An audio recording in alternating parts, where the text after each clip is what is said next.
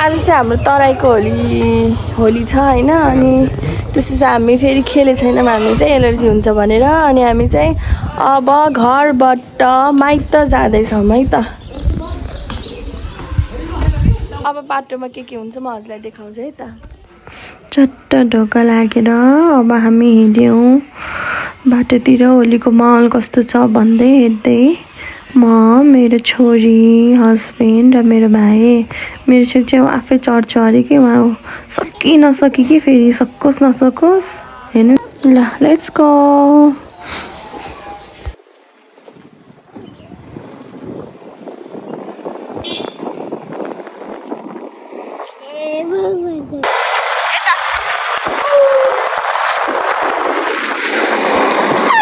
भित्री बाटो हुन्थ्यो अलिकति अगाडि गएको थियौँ। यहाँ बाबुहरू फेरि हेर्नु न यहाँ बाटो छेकेको अरे क्या डोरी छैन केही छैन हातले बाटो छेकेको अरे कि फेरि हेर्नु न यहाँ त्यसपछि बुढा पछि हामी अघि हुँदै लाग्यौँ। फेरि अर्को ठाउँ बाटो छेकिछन् हेर्नु न। ठ्याक्कै आफूले सानो बेला गरेको याद आयो क्या कति रमाइलो थियो त्यो बालापन पनि न केही डर न केही कर न केही जिम्मेवारी। त्यसपछि चाहिँ हामी मेन रोड हुँदै नि गयौँ अलि डिस्टर्बै भयो बाटोभरि बच्चाहरू के बाटो छेकेको थियो कि टाइम पनि धेरै लाग्ने।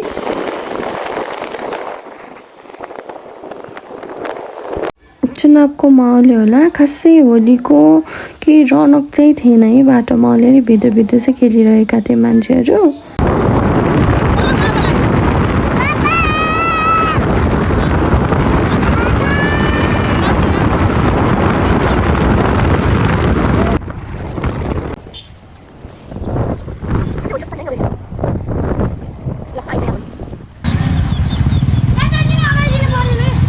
के दिने किन बाटो छेकेको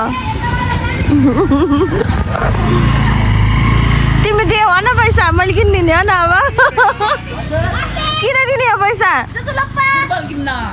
फुटबल किन्न बाटो छेकेको न दिन्न म त त्यसलाई त तिम्रै खिच्छु म। मौकाको फाइदा उठाउँदै बुढा चाहिँ भाग्नु भयो कि टाप अनि हामी चाहिँ पैसा दिएर निस्क्यौँ। छेक्ने हो अहिले कस्तो छेक्छु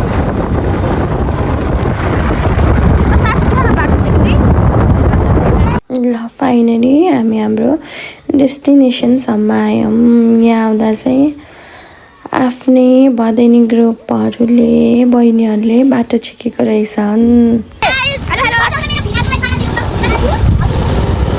म दिन्छु रुका तिमीलाई म दिन्छु रुका मैले यो को चिन्छौ म वहाँ ब्लगरको बहिनी हो भूत भूत बच्चाहरूलाई त अनि रमाइलो होइन त। फाइनली हामी आइपुग्यौँ।